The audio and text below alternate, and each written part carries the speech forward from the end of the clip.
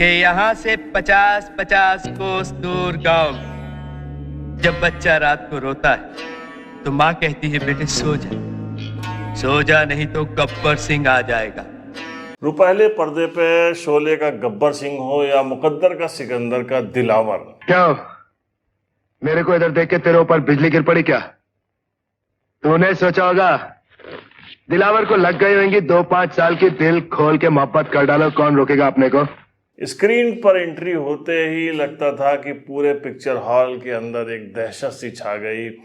Film देखने वालों के चेहरे बदल जाया करते थे, उनके एक्सप्रेशन चेंज हो जाया करते थे। जब हम बात कर रहे हैं इंडस्ट्री के सबसे खतरनाक विलेन अमजद खान की, इंडियन फिल्म इंडस्ट्री का एक ऐसा विलेन जिसने इतनी लंबी रेखा खींच दी कि जिसके पार आज तक कोई नहीं निकल पाया। शोले से पहले भी अमजद खान ने कुछ छोटे छोटे रोल किए थे, लेकिन जब शोले फिल्म बन रही थी और उसके गब्बर की तलाश हो रही थी तो सबसे पहले बात की गई डैनी से। लेकिन डैनी ने ये कहते हुए इनकार कर दिया कि वो धर्मात्मा में काम कर रहे हैं और इस वक्त बहुत बिजी हैं। सलीम जावेद की सिफारिश के बाद गब्बर सिंह का रोल मिलता है युवा अमजद खान को, और अमजद खान इस रोल में ऐसे उतर गए कि आज तक जब भी उनकी बात होती है तो कहा जाता है अच्छा वो गब्बर सिंह। कितने आदमी थे सरदार? 2 आदमी थे।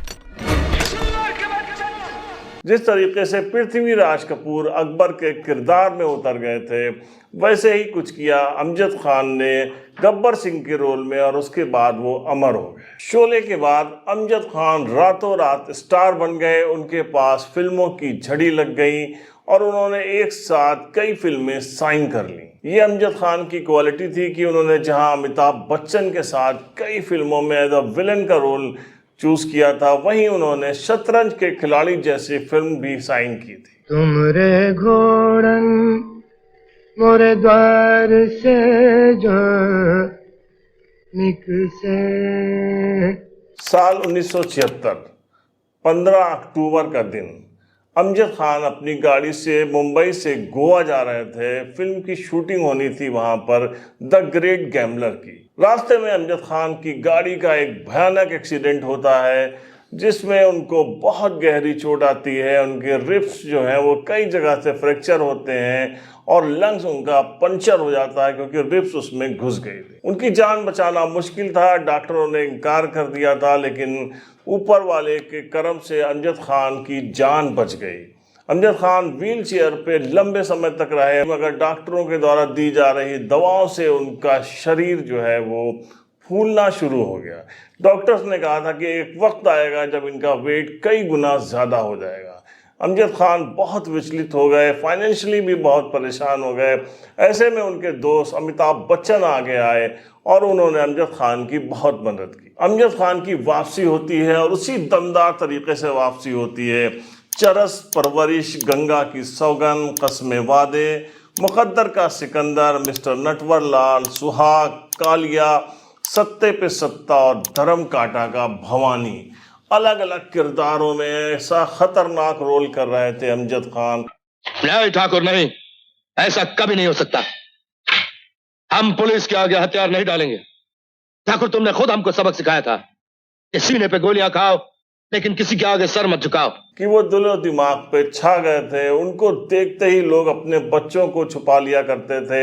एयरपोर्ट पे जब औरतें उनको देखती थी तो डर के रास्ता बदल दिया करती थी। फिल्में लगातार मिल रही थी, बहुत सारे डिफरेंट रोल भी अमजद खान कर रहे थे, जिनमें कुर्बानी, लव स्टोरी, याराना, हिम्मत वाला, वो 7 दिन जैसी फिल्में थीं जिसमें उन्होंने बहुत अलग अलग किरदार किए। कभी कॉमेडी में लोगों को हंसा के लोटपोट कर दिया।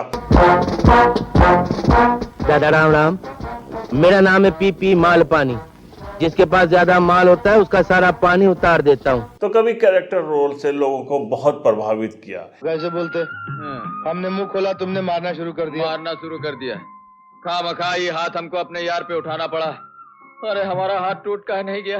ये बिसन काहे लागी तो नहीं? नहीं बिल्कुल नहीं। हमका माफ कर दे भैया, हमसे बहुत बड़ी गलती हो गई।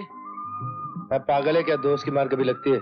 जिस वक्त अमजद खान मुकद्दर का सिकंदर कर रहे थे उसमें एक दिलावर, एक खूंखार बदमाश का वो रोल कर रहे थे, जो कि रेखा से प्यार करता है। अमिताभ बच्चन भी रेखा से प्यार करते हैं। उसी के चलते उसमें वो अमिताभ बच्चन का मर्डर कर देते हैं। उसके बाद एक गाना बजता है, जिंदगी तो बेवफा है, एक दिन ठुकराएगी,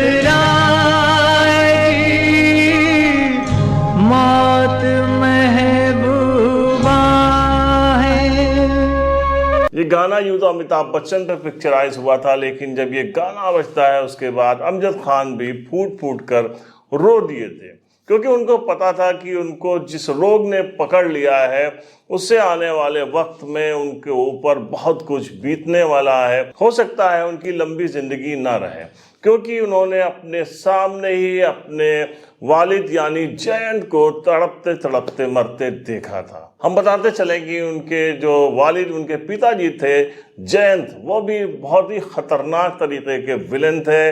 इंडस्ट्री में उनकी क्या धाक थी, बहुत ही लंबे चौड़े और बहुत ही अट्रैक्टिव विलेन थे।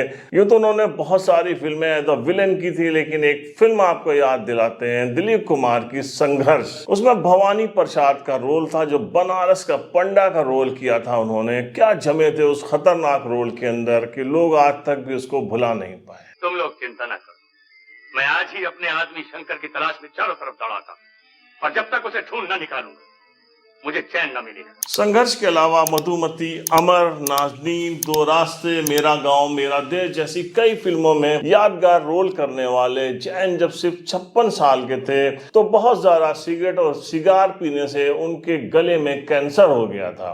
3 साल तक उन्होंने अपनी मौत से संघर्ष किया था, लेकिन इस दौरान वो अपने बेटे यानी अमजद खान को एक्टिंग के तमाम गुर भी सिखाते रहे। 15 अगस्त 1975 को अमजद खान की फिल्म शोले रिलीज हुई थी, लेकिन इस फिल्म के दौरान ही 2 जून 1975 को जैन की मौत हो गई थी। उनकी मौत से गहरा सदमा पहुंचा था अमजद खान को, और अमजद खान अपने जहन में ये बात रखते थे। लेकिन होता वही है जो नियति को मंजूर होता है। बहुत अधिक मोटापे के चलते 27 जुलाई 1992 को अमजद खान को दिल का दौरा पड़ा। उनको मुंबई के अस्पताल में भर्ती कराया गया, जहां कुछ देर के बाद उनकी मौत हो गई। सिर्फ 52 साल की उम्र में एक बहुत ही टैलेंटेड स्टार, एक स्टार विलन इस दुनिया को अलविदा कह गया, और इस तरीके से एक दमदार पिता और पुत्र, जो कि इंडस्ट्री में एक बड़े विलन के तौर पर जाने जाते थे, इस दुनिया से रुखसत हो गए।